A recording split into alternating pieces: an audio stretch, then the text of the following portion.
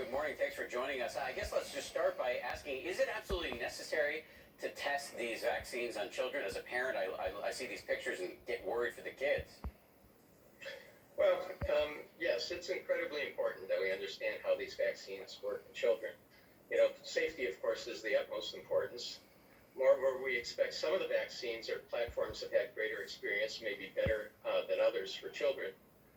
As you just noted, the vaccine testing program in children is just being initiated, and we need to generate enough safety data in children and understand what's the dose we give children before we start giving widespread use of young and older children and before we vaccinate our own kids and my grandkids. So we need to test it on children so that we can deliver it safely to the rest of the children in America and around the world. But so I get that. But as you're testing it on these children, are there specific safety concerns that need to be addressed? Well, of course, one wants to find out are the local reactions, are there fevers and other kinds of things that we see with vaccines. What's the best dose to use in children?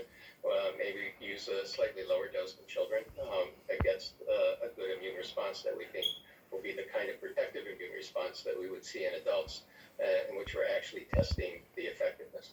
Let me ask a bit of a broader question here. Even before a vaccine or vaccines are approved, we already know many people are saying that they don't want to take the vaccines. They don't trust it. So what needs to be done to ensure public trust here?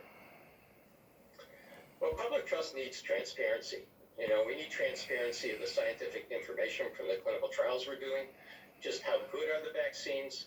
Do they work in the populations I identify with? Can we assure that the advisory committees associated with how vaccines are utilized in our country agree with the discussion to provide whether it's a expanded use or an emergency use authorization or the actual licensure of the drug of the vaccines? The physicians of the country support its use. It's clear that the process of approval was free of politics.